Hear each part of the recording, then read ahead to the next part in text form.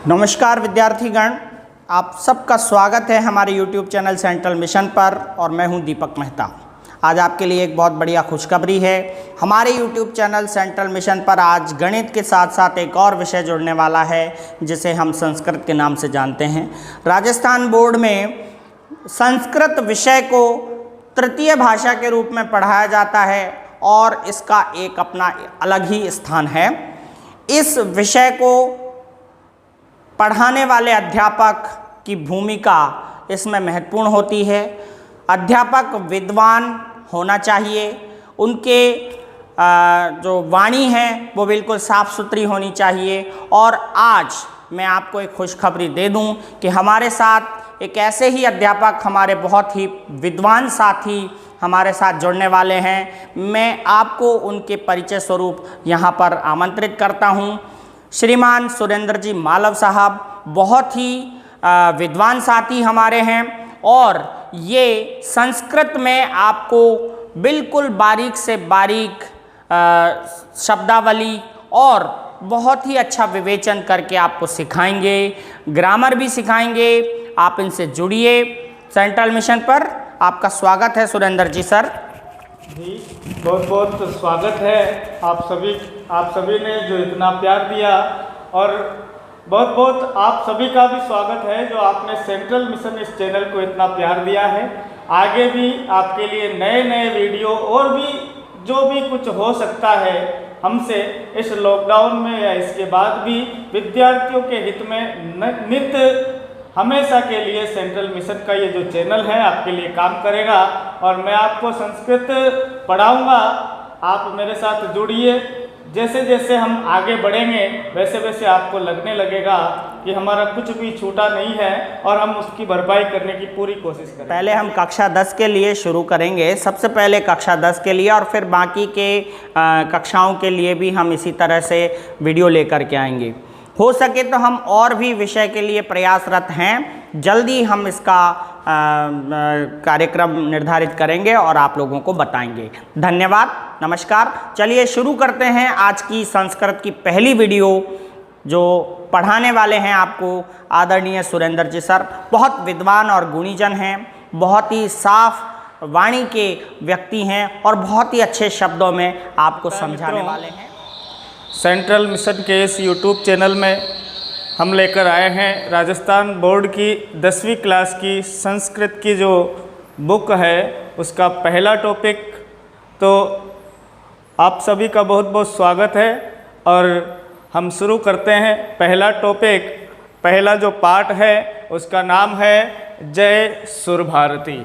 जय सुर भारती ऐसा ये पाठ है और पहला पाठ है चूँकि तो ये वंदना का पाठ है। वंदना का पाठ इसलिए है कि जब भी हम किसी भी भाषा को पढ़ते हैं और ख़ास करके जब संस्कृत भाषा को पढ़ते हैं तो विद्यार्थियों के पाठ्यक्रम का जो पहला पाठ होता है, चाहे वो किसी भी कक्षा का हो, कक्षा 10 का हो, कक्षा 9 का हो, कक्षा 7 का हो या किसी भी उच्च लेवल का हो, वंदना का पाठ होता है। यहाँ भी ऐसा ही है। सुर भारती नामक पाठ है और वंदना का पाठ है। सुर माने होते हैं शब्द और भारती माने देने वाली। शब्दों को जो देने वाली है ऐसी सरस्वती मैया की स्तुति इसमें की गई है। उसके कुछ विशेषण हैं, तो आइए इसके बारे में चर्चा करते हैं और शुरू करते हैं। मैं उम्मीद करता हूँ कि आपने पहले पाठ को अपनी पाठ्य पुस्तक में निकाल लिया होगा और जब भी आप आगे से वीडियो देखें तो अपनी किताब को साथ में रखिएगा। देखते हैं मित्रों, प्रथम पाठ है, पाठ का नाम है जय सुर भारती। जैसा कि आप बोर्ड पर देख पा रहे हैं, जय सुर भारती। इसके ऊपर कुछ पाठ की भूमिका में लिखा है, उसको थोड़ा सा पढ़ लेते हैं। लिखा है वाणी वंदना गीति इयम। वाणी वंदना गीति इयम। इयम माने यह, गीति माने गीत, वाणी वंदना, वाणी वंदना का यह गीत है। ये जो गीत है, ये जो गीत है ये वाणी वंदना का गीत है। अर्थात वाणी का तात्पर्य यहाँ पर सरस्वती से है, जो वाणी की देवी है, शब्दों को देवी है, सुर को देने वाली है। ऐसी सरस्वती की वंदना का ये गीत है। सरला सरसा च सरस्वती वंदना गीतिर इयम कवि पुंगवेन डॉक्टर हरिराम आचार्येण विरचिता वर्तते। सरला सरल, सरसा माने सरस, च सरस्वती वंदना गीतिर इयम, इयम सरस्वती वंदना गीतिम, यह सरस्वती वंदना का गीत सरला सरसा च, सरल भी है और सरस भी है। और कवि पुंगवेन, पुंगवेन माने होता है श्रेष्ठ, कवि पुंगवेन यानी कवि श्रेष्ठ डॉक्टर हरिराम आचार्येण, डॉक्टर हरिराम आचार्येण विरचिता वर्तते। तो यह जो गीत है ये लिखा है डॉक्टर हरिराम आचार्य के द्वारा। देखते हैं तो लिखा है कि ये जो वाणी वंदना का गीत है ये जो काफ़ी सरल है, सरस है और डॉक्टर हरिराम आचार्य के द्वारा लिखा गया है। और ईस्वी तमें 1966 ईस्वी तमें, कब लिखा है? 1966 ईस्वी तमें, यानी 1966 ईस्वी में इस गीत को डॉक्टर हरिराम आचार्य ने लिखा। वर्षे है रचेता वसंत बहार रागेण उपनिबद्धा, वसंत बहार रागेण यानी वसंत बहार राग में, किस राग में? वसंत बहार राग में उपनिबद्धा माने उपनिबद्ध है। इसकी जो राग है वो कौन सी है? वसंत बहार राग है। इसके बाद में लिखा है कि मधुछंदा इत्याख्ये ग्रंथे संकलिता, मधुछंदा इत्याख्ये, मधुछंदा एक ग्रंथ का नाम है। मधुछंदा इस ग्रंथ से संकलिता यानी संकलित है। लोके बहुश्रुता च इयं गीत वस्तुतः कवे आद्य रचनार आसीत। लोके यानी संसार में, बहुश्रुता यानी बहुत अधिक सुना जाने के कारण, इयं गीत यह गीत वस्तुतः कवे, वस्तुतः कवि की आद्या माने प्रथम, आद्या माने प्रथम, आद्या माने प्रथम या पहली गीत रचना आसीत, ये कवि की जो थी पहली गीत रचना थी। और बहुत्र प्रकाशिता, और बहुत जगह प्रकाशित हुई, आकाशवाणी पर भी बहुत ज़्यादा प्रकाशित हुई, दूरदर्शनाभ्याम और दूरदर्शनों पर भी बहुत ज़्यादा प्रभावित हुई, बहुत ज़्यादा प्रसारित हुई, बहुत ज़्यादा प्रचारित हुई। चिरम लंबे समय तक प्रचारिता च। तो कुल मिलाकर इस पाठ की इस भूमिका में, प्रस्तावना में हमें ये देखने को मिला कि एक गीत है जिसका नाम है जय सुर भारती, जो हमारे पाठ का भी नाम है। और इस गीत को लिखा है डॉक्टर हरिराम आचार्य ने। कब लिखा है? 1966 में। तो इस तरह के छोटे छोटे आधे आधे नंबर के हमसे प्रश्न पूछे जाते हैं, तो उनको अपन इस प्रस्तावना के प्रश्नों को देखेंगे तो वो हमें ज़्यादा याद रख पाएंगे। हरिराम आचार्य ने 1966 में बसंत बहार राग में, कौन से राग में? बसंत बहार राग में, और मधुछंदा नामक ग्रंथ से एक रचना लिखी जय सुर भारती। और ये वाणी वंदना का गीत है, जैसा कि हमने पहले ही देख लिया है। तो इस गीत के माध्यम से सरस्वती मैया की स्तुति की जा रही है। उस स्थिति को हम भी करते हैं, चूँकि हम पहली क्लास पढ़ रहे हैं कक्षा 10वीं की।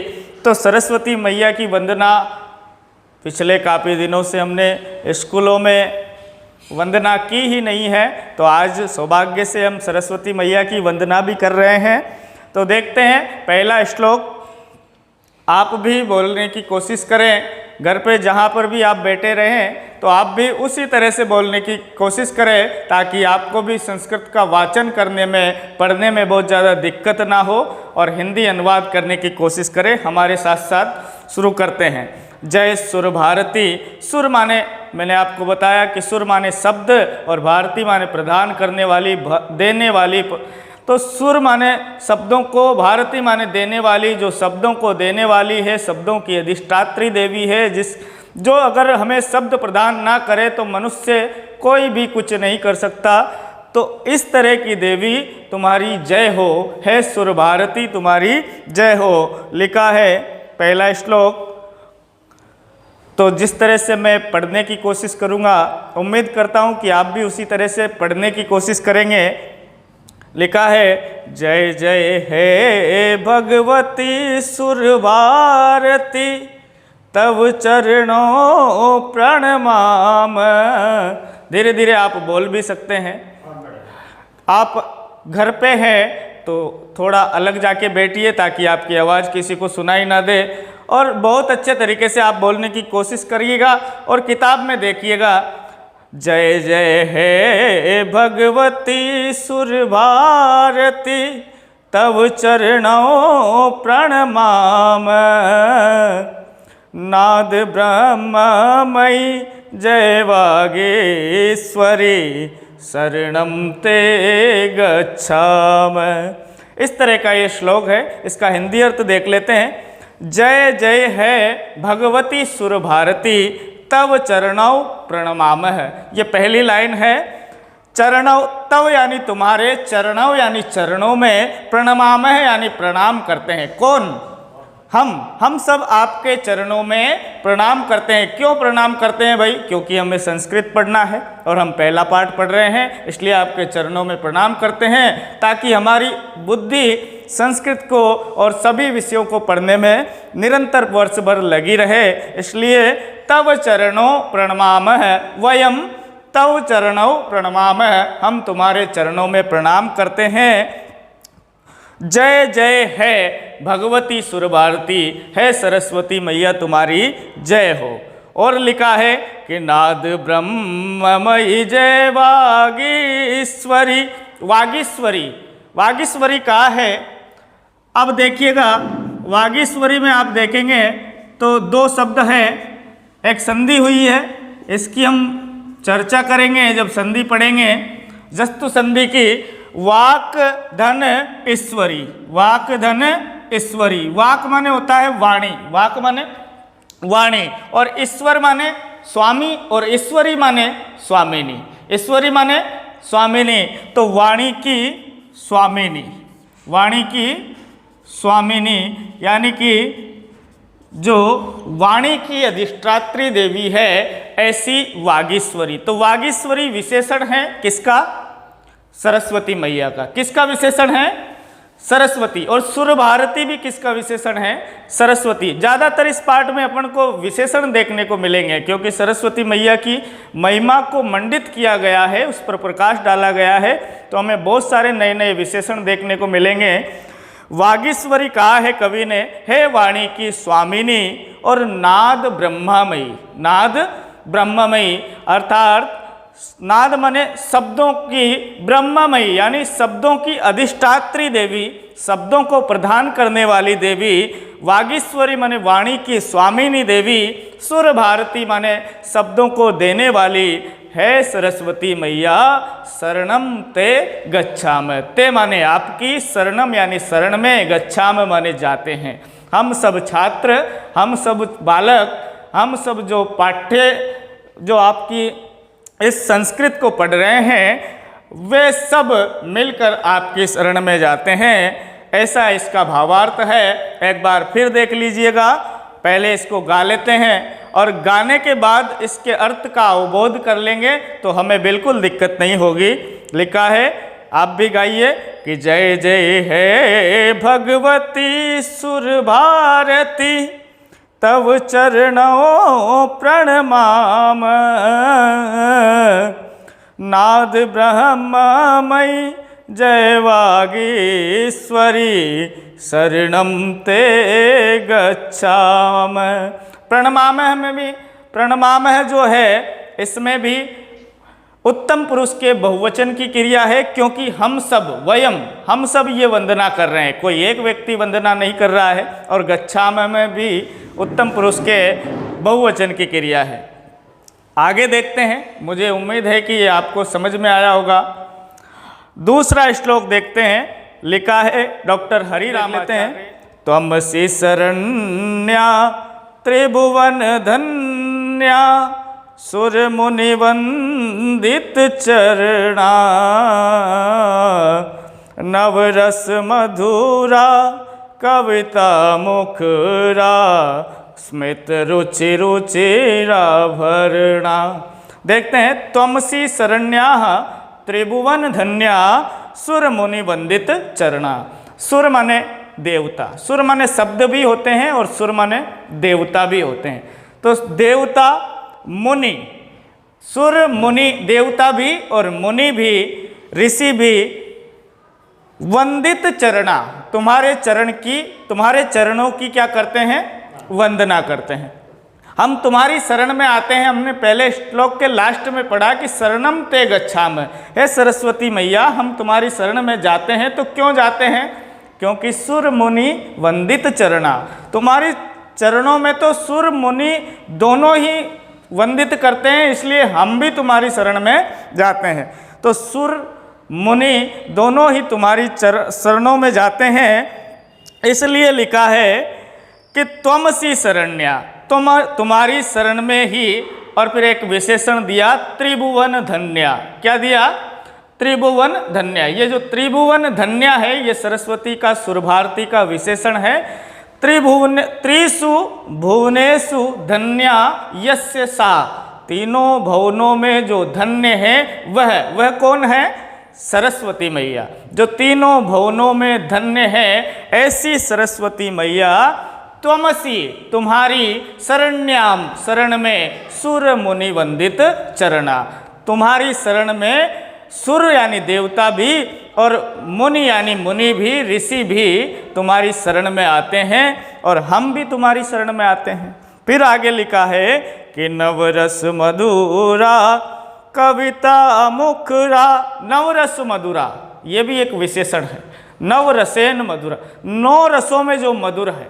श्रृंगार आदि जो 9 रस है, श्रृंगार रौद्र विविध ये ओज जो भी 9 रस है, उन सभी 9 रसों में जो सबसे मधुर है वो नवरस मधुरा भी कौन है? सरस्वती मैया। वो नवरस मधुरा भी कौन है? सरस्वती मैया। तो 9 रसों में जो सबसे मधुर है, जो श्रेष्ठ है, ऐसी सरस्वती मैया। और फिर आगे लिखा है कविता मुखरा। कविता मुखरा यानी कविताओं में कवियों के द्वारा जो सर्वाधिक प्रशंसित है, सबसे ज़्यादा गाई जाती है, कवियों के द्वारा जिसकी वंदना बहुत ज़्यादा की जाती है, ऐसी सरस्वती मैया तुम्हारी जय हो और हम तुम्हारी शरण में आते हैं। तो एक तो बताया त्रिभुवन धन्या, कैसी सरस्वती मैया? त्रिभुवन धन्या यानी कि तीनों भुवनों में जो धन्य है ऐसी सरस्वती मैया। एक कैसी सरस्वती मैया? कि सुर मुनि वंदित चरणा, जिसकी वंदना सुर करते हैं, मुनि करते हैं, ऐसी सरस्वती मैया। और कैसी सरस्वती मैया? तो बताया कि नवरस मधुरा, जो 9 रसों में सबसे मधुर है ऐसी सरस्वती मैया। और फिर बताया कि कविता मुखरा यानी कवियों के द्वारा अपनी कविताओं में जो सबसे ज़्यादा गाई जाती है, कविता मुखरा यानी कविताओं में जो सबसे ज़्यादा मुखरित हुई है ऐसी सरस्वती मैया। और फिर बता रहे हैं डॉक्टर हरिराम आचार्य मधुछंदा नामक ग्रंथ के अपने पहले गीत में, जो वसंत बहार राग में 1966 में उन्होंने लिखा था, फिर विशेषण दे रहे हैं कि स्मित रुचि कैसी है? और कैसी है? स्मित रुचि यानी स्मित यानी मंद मंद, रुचि यानी मुस्कान वाली, मंद मंद मुस्कान वाली। जब भी आपने सरस्वती मैया की फोटो देखी होगी, तस्वीर देखी होगी, तो आपने ऑब्जर्व किया होगा, आपने देखा होगा कि सरस्वती मैया जो वहाँ बैठी रहती है श्वेत वस्त्रों को धारण करके, तो वो हल्की सी मुस्कान लिए होती है। और उसके लिए लिखा है स्मित रुचि यानी मंद हास युक्त हल्की सी मुस्कान लिए जो है ऐसी सरस्वती मैया और फिर लिखा है रुचिर आभरणा। रुचिर माने अच्छे, आभरणा माने आभूषणों वाली। जो अच्छे आभूषण वाली है, सुंदर आभूषण वाली है, ऐसी सरस्वती मैया शरणम ते गच्छामः, हम आपकी शरण में आते हैं।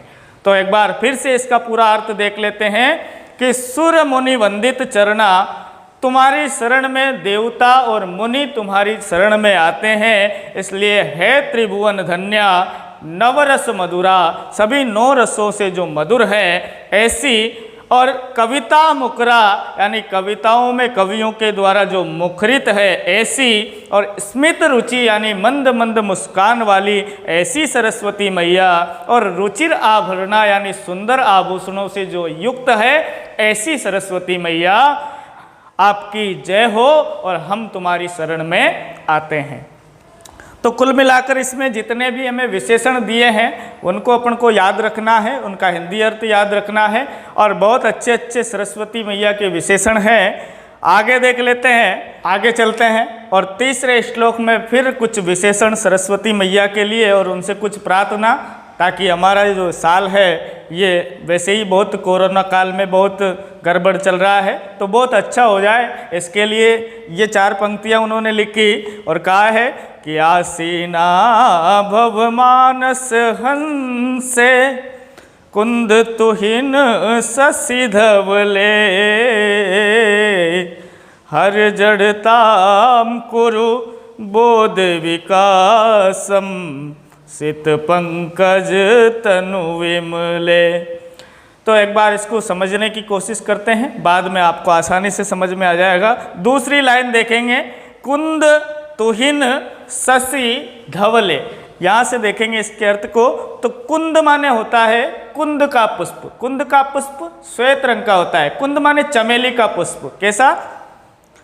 चमेली का फूल, चमेली के फूल की तरह। और तुहिन माने होती है बर्फ, तुहिन माने बर्फ। तो चमेली का फूल जो होता है वो कैसा होता है?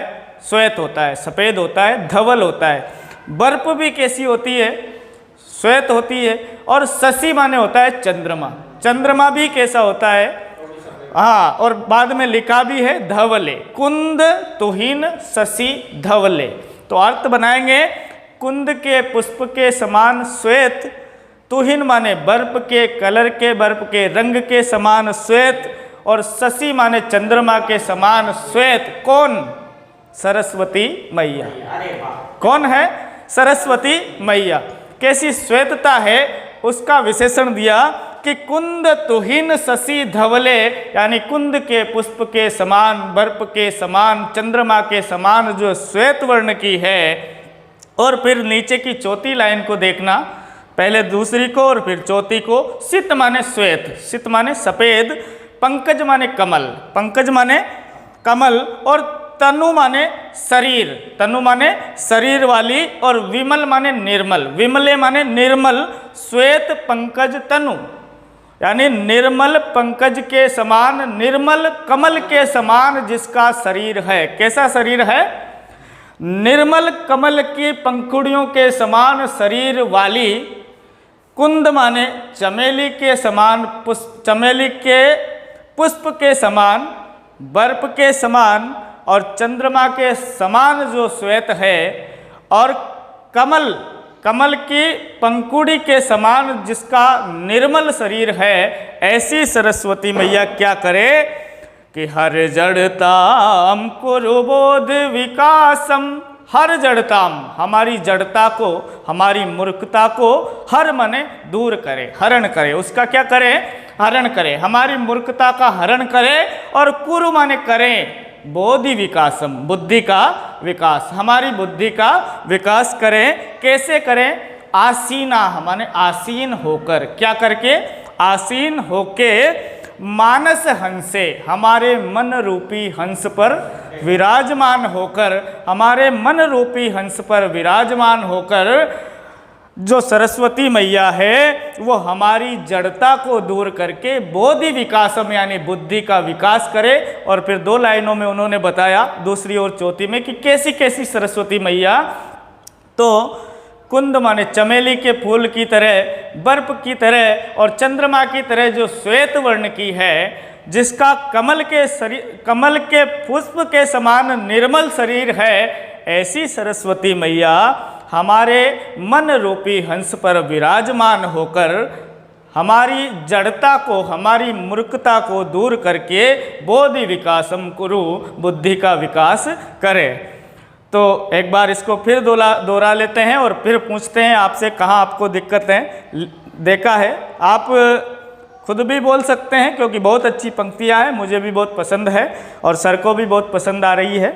लिखा है कि आसीना भव मानस हंसे, कुंद तुहिन ससी धवले, हर जड़ताम कुरु बोधि विकासम, सित पंकज तनु विमले। आसीना भव मानस हंसे, कुंद तुहिन ससी धवले, हर जड़ताम कुरु बोध विकासम, सित पंकज तनु विमले। यानी सित श्वेत पंकज तनु विमले, यानी पंकज के समान निर्मल शरीर वाली, कुंद के पुष्प के समान श्वेत, बर्फ के समान श्वेत और चंद्रमा के समान श्वेत वर्ण वाली है सरस्वती मैया। हमारे मन रूपी हंस पर विराजमान होकर हमारी जड़ता को, हमारी मूर्खता को दूर करें और फिर क्या करें, हमारी बुद्धि का विकास करें। और चौथे श्लोक में देखते हैं कि वहाँ के कैसे कैसे विशेषण है सरस्वती मैया के। तो लिखते हैं हरिराम आचार्य अपने गीत में फिर आगे कि ललित कलामयी ज्ञान विभामयी, वीणा पुस्तक धारिणी, ललित कलामयी ज्ञान विभामयी, वीणा पुस्तक धारिणी, मतिरास्तन्नो तव पद कमले, ऐकुंठा विसहारिणी। ललित कलामयी, फिर विशेषण दिया ललित कलामयी, यानी अनेक कलाओं से जो युक्त है, बहुत सारी कलाओं से जो निपुण है, बहुत सारी कलाओं में जो सर्वज्ञ है, जो बहुत अच्छी कलाओं को जानती है, विभिन्न कलाओं से युक्त और ज्ञान विभामयी। विभा माने होती है चमक, विभा माने कांति या चमक। किसकी चमक? ज्ञान की चमक, ज्ञान की चमक वाली मई है ना, ज्ञान विभामयी, ज्ञान की कांति जिसके मुख से स्पष्ट नजर आती है, ऐसी सरस्वती मैया। और ललित कलामयी यानी अनेक कलाओं से जो युक्त है, ऐसी सरस्वती मैया। और कैसी सरस्वती मैया? तो लिखा है वीणा पुस्तक धारिणी, वीणा और पुस्तक को धारण करने वाली सरस्वती मैया। कैसी सरस्वती मैया? जब भी आपने सरस्वती मैया की तस्वीर देखी होगी तो उनके हाथ में देखा होगा एक वीणा रहती है और एक पुस्तक रहती है। वीणा और पुस्तक को धारण करने वाली कौन? सरस्वती मैया। ललित कलामयी कौन? सरस्वती मैया। ललित कलामयी का अर्थ है अनेक कलाओं से युक्त, ज्ञान विभामय यानी ज्ञान की कांति से युक्त, ज्ञान की कांति से ललित कलाओं से जो युक्त है। और वीणा पुस्तक धारिणी, और वीणा और पुस्तक को जो धारण करती है, ऐसी सरस्वती मैया। तव पद कमले, तव यानी तुम्हारे, आपके, पद कमले यानी पद कमले, कमल रूपी पद। कैसे पद? कमल रूपी पद, कमल के समान तुम्हारे चरणों में। मति यानी हमारी बुद्धि, एक शब्द है मति, तीसरी लाइन का पहला अक्षर है मति यानी बुद्धि। और फिर आस्तान यानी लगी रहे, आस्तान यानी लगी रहे, न यानी हमारी, हमारी बुद्धि लगी रहे। कहाँ लगी रहे? तव पद कमले, तुम्हारे पद कमल में, कमल रूपी चरणों में हमारी बुद्धि लगी रहे।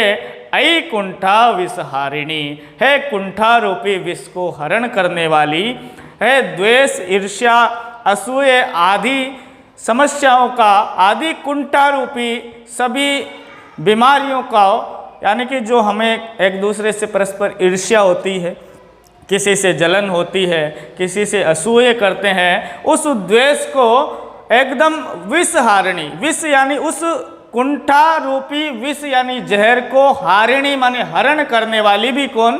सरस्वती मैया।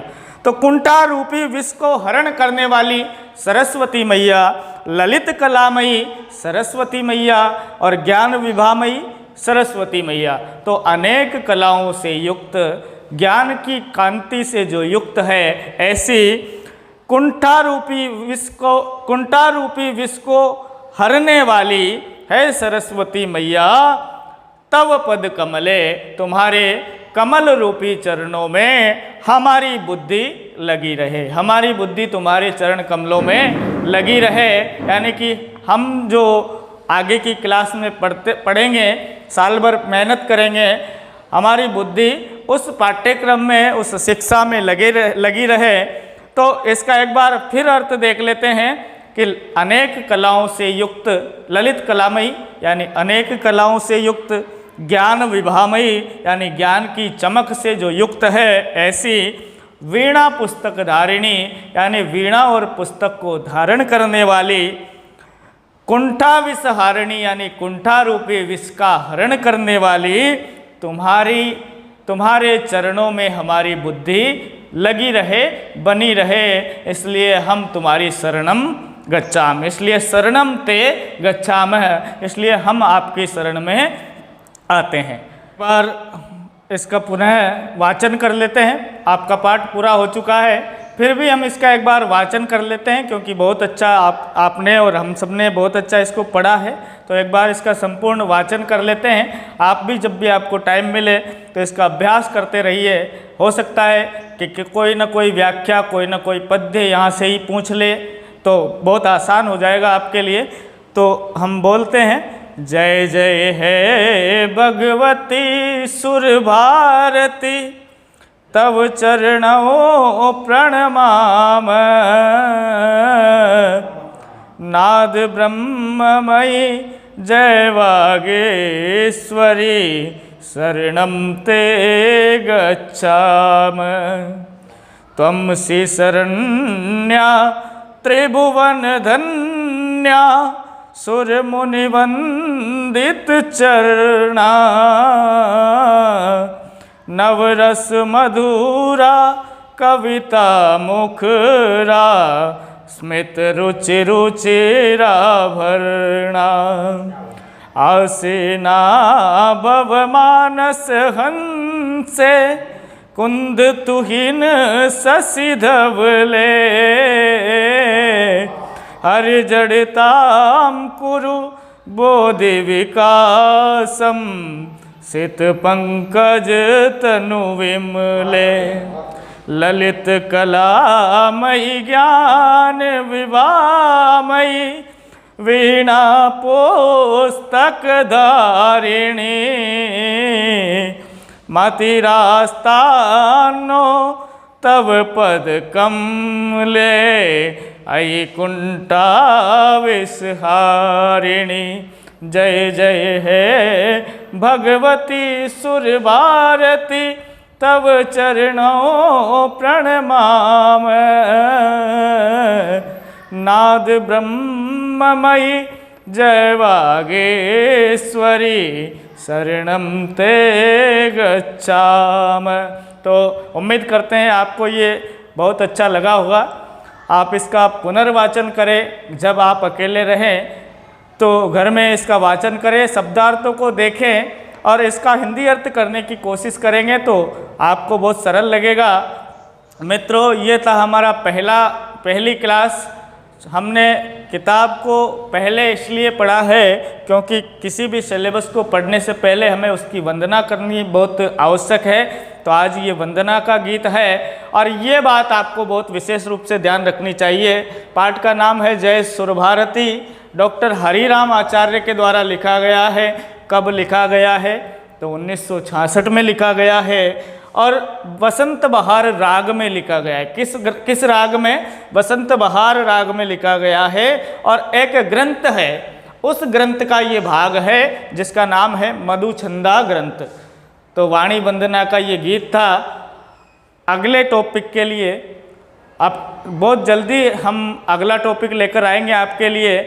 तब तक के लिए आपको बहुत बहुत धन्यवाद। आपने हमारे सेंट्रल मिशन के चैनल को देखा। अगर आपको ये वीडियो बहुत पसंद आया हो तो आप इसे शेयर करें, लाइक करें अपने मित्रों को भी, और उन मित्रों को भी जो जिन्हें आप जानते हैं, आपके परिवार में रहते हैं, या फिर अपने पारिवारिक मित्रों को, मामा, बुआ, ताऊ, ऐसे मित्रों को भी, ताकि कोरोना काल में उन सब की भी पढ़ाई हो सके। आपने ये वीडियो बहुत अंत तक देखा, इसके लिए आपका बहुत बहुत धन्यवाद। नमः संस्कृताय।